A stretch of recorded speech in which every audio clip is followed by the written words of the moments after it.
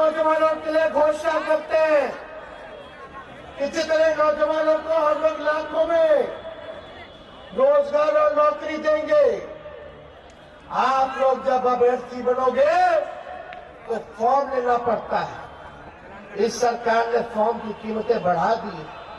हमारी सरकार बनेगी तो फॉर्म का पैसा नहीं देना होगा।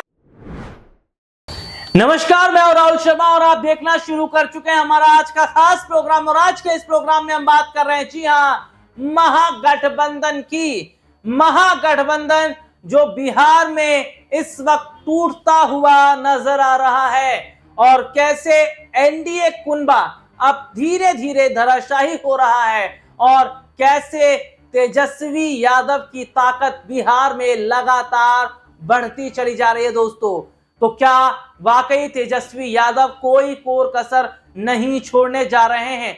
भले ही नीतीश कैबिनेट में जिन 7 चेहरों को जगह दी गई उनमें जातिवाद कार्ड खेला गया, इसको झुठलाया नहीं जा सकता, लेकिन तेजस्वी यादव ये साफ तौर पर कह रहे हैं कि बीजेपी चाहे जितनी कोशिश कर ले, लेकिन वे तेजस्वी यादव का रास्ता नहीं रोक पाएंगे। लेकिन यहां पर समझिएगा कि कैसे तेजस्वी यादव को जरूरत है नीतीश कुमार की, क्योंकि बिना नीतीश कुमार के तेजस्वी यादव बिहार में सरकार नहीं बना पाएंगे।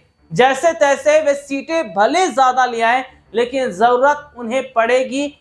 क्यों पड़ेगी ये भी मैं अपने दर्शकों को जरूर बताऊंगा, लेकिन उससे पहले सुनवा देता हूं तेजस्वी क्या कुछ कह रहे हैं। घूसखोरी, भ्रष्टाचार चरम सीमा पर है। आज जो लोग घूसखोरी कर रहे हैं, पुल सूख जा रहा है, चूहा 9 लाख लीटर दारू पी जा रहा है, चूहा बाल दिखा जा रहा है, एक एक फूल जो है टिफिन पर गिर जा रहा है। जो लोग भ्रष्टाचारी लोग हैं, उन लोगों को हमारी सरकार आएगी तो छोड़ेगी नहीं। उनके आने वाली पीढ़ियों से भी बिहार का पैसा वसूल करने का हम लोग काम करेंगे। आज सबसे बड़ी घोषणा इस युवा चौपाल में करना चाहते हैं। बहुत नौजवानों की मांग है डोमिसाइल लागू होनी चाहिए कि नहीं होनी चाहिए। कई जगह झारखंड में भी 100% स्थानीय नीति हो, डोमिसाइल हो, लागू किया गया था, लेकिन तकनीकी कारण की वजह से वह लागू नहीं हो पाया, कोर्ट कचहरी में रुक गया था। लेकिन हमने बड़े बड़े विद्वानों से बात किया, बड़े बड़े कानून के जानकारों से बात किया और तब हम लोग निर्णय ले रहे हैं कि बिहार में हम स्थानीय नीति को लागू करेंगे। 100% डोमिसाइल को लागू करेंगे। होगा कि नहीं होगा? करना है ना? सब लोग साथ दीजिएगा ना? डोमिसाइल हम लागू करके दिखाएंगे। और यही नहीं, एक और नौजवानों के लिए घोषणा करते हैं कि जितने नौजवानों को हम लोग लाखों में रोजगार और नौकरी देंगे, आप लोग जब अभ्यर्थी बनोगे तो फॉर्म लेना पड़ता है। इस सरकार ने फॉर्म की कीमतें बढ़ा दी। हमारी सरकार बनेगी तो फॉर्म का पैसा नहीं देना होगा। और यही नहीं, आने और जाने का किराया भी सरकार देगी। मिलना चाहिए कि नहीं मिलना चाहिए? डोमिसाइल लागू होना चाहिए कि नहीं होना चाहिए? फॉर्म का फीस माफ होना चाहिए कि नहीं होना चाहिए?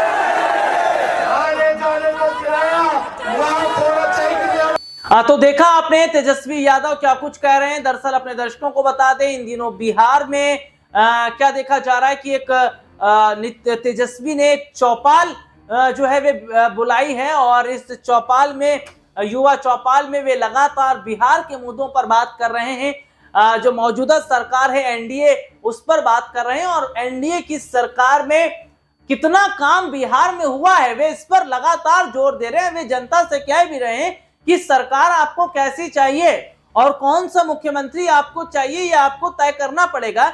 लेकिन मैं अपने दर्शकों को जरा ये बता रहा था कि कैसे महागठबंधन जो बिहार में है, एनडीए का गठबंधन, ये टूट रहा है। और एनडीए गठबंधन टूटने का मतलब आप समझ रहे हैं, यानी कि पूरी तरीके से विकेट ही गिर जाना।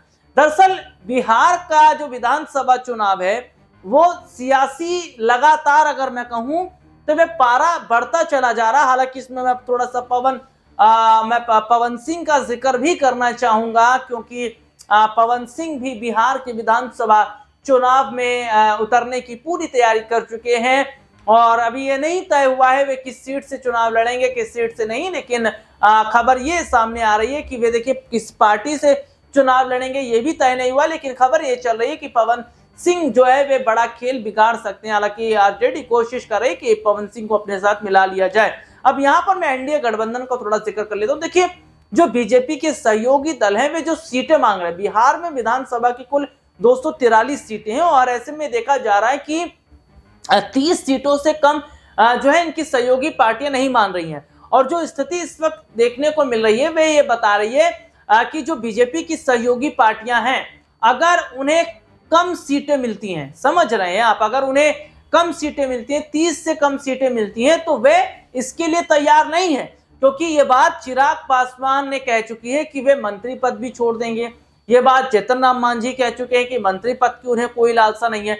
तो जो स्थिति इस वक्त की बनी हुई है, जो हालात इस वक्त के बने हैं, वे ये बताते हैं कि क्या जो मंत्री पद का छोटा सा लालच देकर इन्हें अपने साथ जोड़कर रखा हुआ है भारतीय जनता पार्टी ने, क्या ये लालच वाकई टूटने वाला है? क्या इसे खत्म करने वाले हैं जीतन राम मांझी, चिराग पासवान जैसे ये इनके सहयोगी दल? क्योंकि इनके भी आरजेडी में जाने की उम्मीद इसलिए बन रही है क्योंकि आप जरा ये भी समझिए कि झारखंड में और दिल्ली के अंदर आपने हिंदुस्तान आवाम मोर्चा को नहीं पूछा, यानी कि जीतन राम मांझी को आपने सीटें नहीं दी, और आपने झारखंड और दिल्ली के अंदर चिराग पासवान को एक सीट दी। तो ऐसे में देखा जा रहा है कि अगर 3-4 सीटें ही ऐसे दी जाएगी तो क्या मोल चिराग का रह जाएगा, जीतन राम मांझी का रह जाएगा? तो सीटों का जो समीकरण है वे खेल बिगाड़ रहा है। और दूसरी तरफ ये देखा जा रहा है कि नीतीश कुमार के साथ बीजेपी एक कहा जाए तो बड़ा षड्यंत्र रच रही है।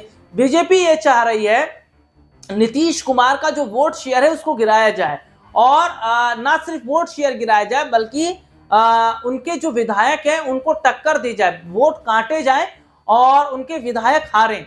तो देखिए मैं थोड़ा सा अपने दर्शकों को ये बता देता हूं कि जैसे दिल्ली में अगर आपने देखा होगा कि दिल्ली का जो विधानसभा चुनाव हुआ उसमें कांग्रेस चुनाव जीती नहीं, सीटें नहीं आई, लेकिन उन्होंने वोट कटवा राजनीति की और आम आदमी पार्टी को नुकसान पहुंचाया। तो जो काम बिहार के अंदर एक वक्त में चिराग पासवान ने किया था, वोट कटवा राजनीति का, यानी वोट काटने की राजनीति का, जिसका नुकसान नीतीश कुमार को हुआ था और उस वक्त बहुत ज्यादा नीतीश चिराग पासवान से नाराज हुए थे। और वो काम अब प्रशांत किशोर कर रहे हैं, वो काम अब प्रशांत किशोर कर रहे हैं, क्योंकि बीपीएससी जैसा जो आंदोलन वे जिस तरीके से उठाया था प्रशांत किशोर ने, और इसके साथ ही वहां पर वैनिटी वैन तमाम चीजें देखी गई थी, तो ये सब कहा गया ये सब दिल्ली से आया है साहब, ये सब दिल्ली से भिजवाया गया। किसके कहने पे? तो ये प्रशांत किशोर के लिए दिल्ली से बीजेपी के कहने पे आया, क्योंकि ये बीजेपी की बी टीम है। तो ऐसे में देखा जा रहा है कि पूरा कॉन्सेप्ट बिहार में क्या बन रहा है कि बीजेपी चाह रही है नीतीश का वोट शेयर गिरे, इनके विधायक कम जीते, और अगर जेडीयू की सीटें विधानसभा में कम आएंगे तो जाहिर तौर पर नीतीश फिर बोलने लायक नहीं रहेंगे कि उन्हें सीएम बनाया जाए, और बीजेपी यहां पर खेल कर देगी। तो जो चिराग पासवान ने उस वक्त किया वे अब यहां पर किससे? प्रशांत किशोर से बीजेपी करवाती नजर आ रही है। और ऐसे में तेजस्वी यादव ये साफ तौर पर कह रहे हैं कि नीतीश चाचा या तो आप राजनीति से संन्यास ले लीजिए या तो अपनी आंखों से पट्टी हटाइए, क्योंकि बीजेपी जो कर रही है शायद या तो आप देख नहीं रहे हैं या तो फिर आप पूरी तरीके से फंस गए हैं। आज के लिए इतना ही, आपसे फिर दोबारा मुलाकात होगी, तब तक के लिए इजाजत दीजिए, नमस्कार।